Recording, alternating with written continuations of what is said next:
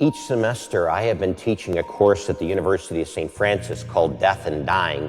Essentially, what I do with the students is I try to get them to understand that there's a purpose in life. There's a story in life. Just like our reading from the Acts of the Apostles and our second reading from 1 Corinthians, every single one of us has a gift. Every single one of us has a unique story. And if we share that story, and if others listen to what we have to share, we can become more enriched in our faith because we learn about how God speaks through other people, having an attentive ear, listening, being quiet and still. Elisabeth Kübler-Ross would say that concerning her conversations with those in the last stages of their life. Sometimes the patient just wants to be heard. They want their story heard. They want to tell people what is going on in their lives. And active listening is so important for us as Christians because God continuously tries to speak to us in the silence. If we stop, if we listen, then God is able to speak. But we fill ourselves with so much noise and we are so busy in life that by the time we get to the time of death, we have forgotten or don't realize what our purpose here truly is to prepare ourselves for what is yet to come. So what I do with my university students is I give them two specific assignments in the second half of the course. The first half of the course is all about the theology of death and dying. What do ancient civilizations believe? What do the Eastern churches, the Western churches believe? How does the media portray death? The media likes to sensationalize death. Homicides, suicides, all kinds of violent terrorism, when in reality most deaths are more of the mundane variety. Heart attacks and cancer amount to about 60% of all deaths throughout the world. Sometimes it's important in the second half of the course to be more pastoral, to listen, to walk the journey with someone. I remember when I was in a hospital setting, there was a priest that came in, and for 45 minutes, all he did was listen to those who were grieving, hear their story, and sometimes that's all that's needed for a person to find peace in their heart. So in the course of this journey, I asked the students to write their own obituaries. So the beginning of an obituary usually deals with the basic facts, who is still living, who has gone before a person. The end of the obituary usually talks about the service itself, if there's going to be a wake, a funeral service either in a church or in a funeral home, and then a cemetery service if applicable.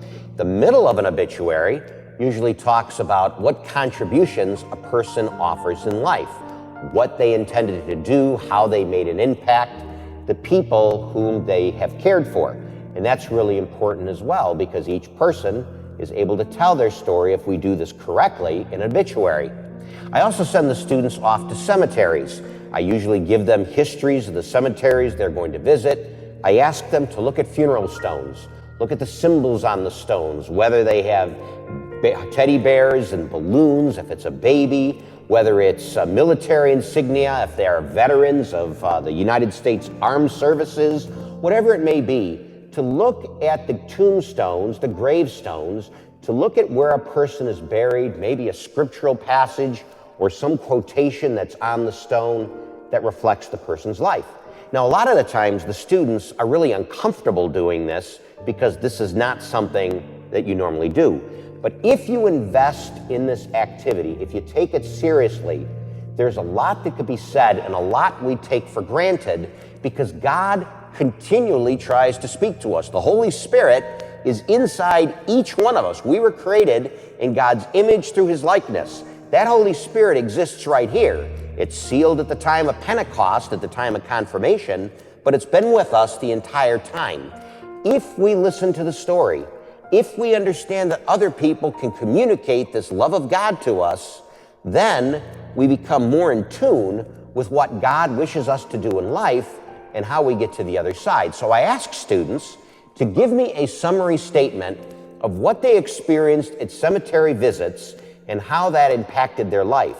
If it's acceptable to you, I would like to read a few of these obituary reflections on Pentecost Sunday to make people realize how the Spirit is working through others and working through us, and how the Spirit can really make a difference in our life.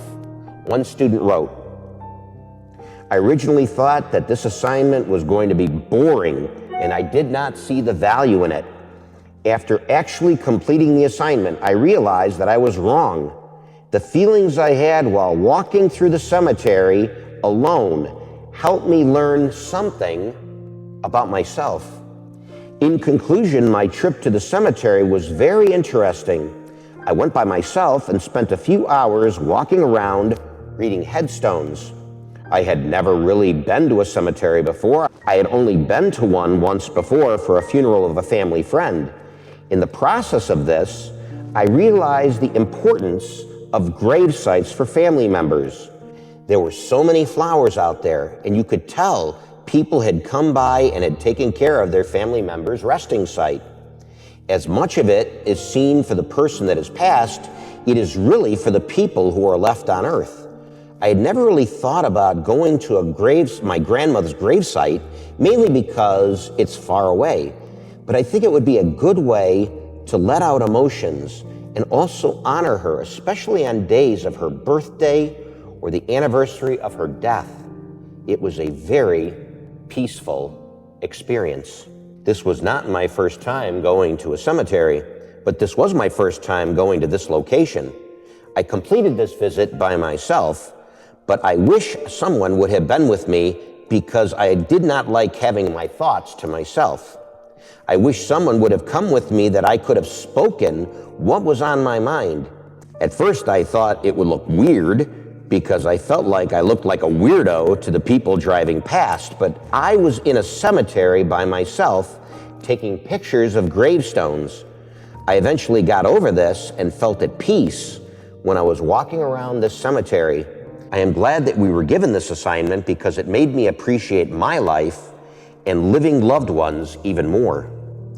Overall, my experience at the cemetery and talking to my neighbor who was a gravedigger, it was a good learning experience.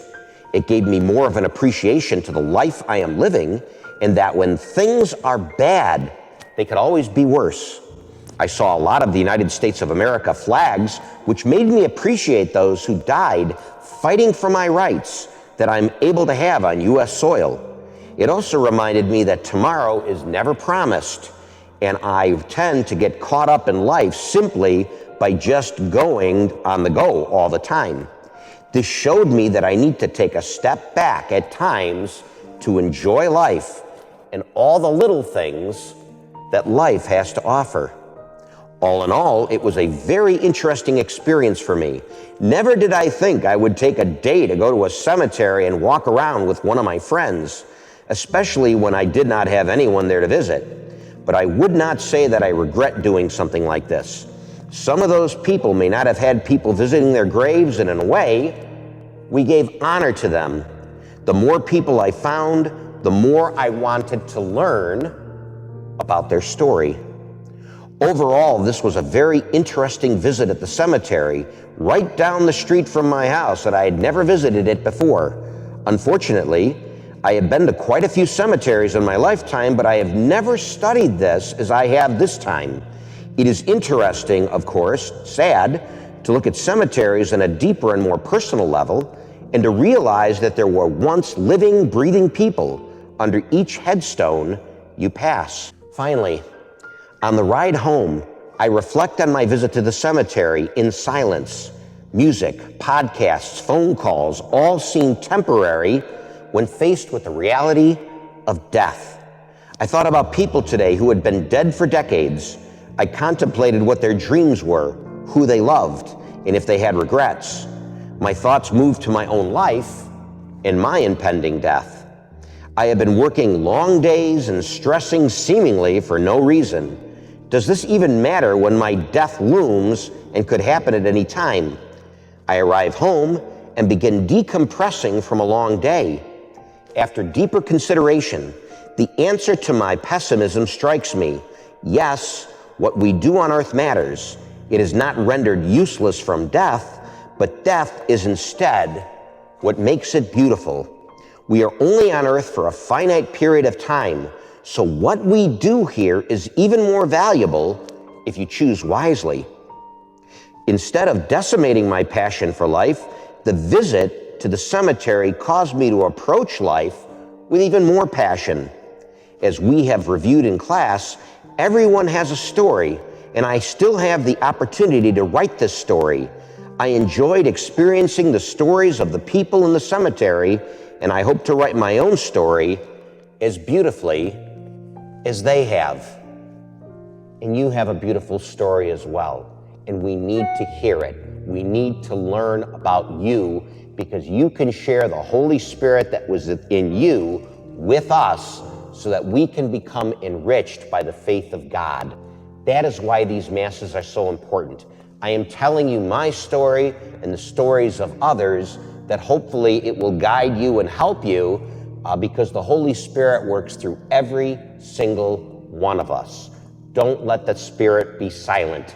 Listen to what other people have to say. See God's presence in the words and actions of others and in ourselves, so that when we tell our story, when we share our lives, when we share the Holy Spirit, we realize that we do have value in life.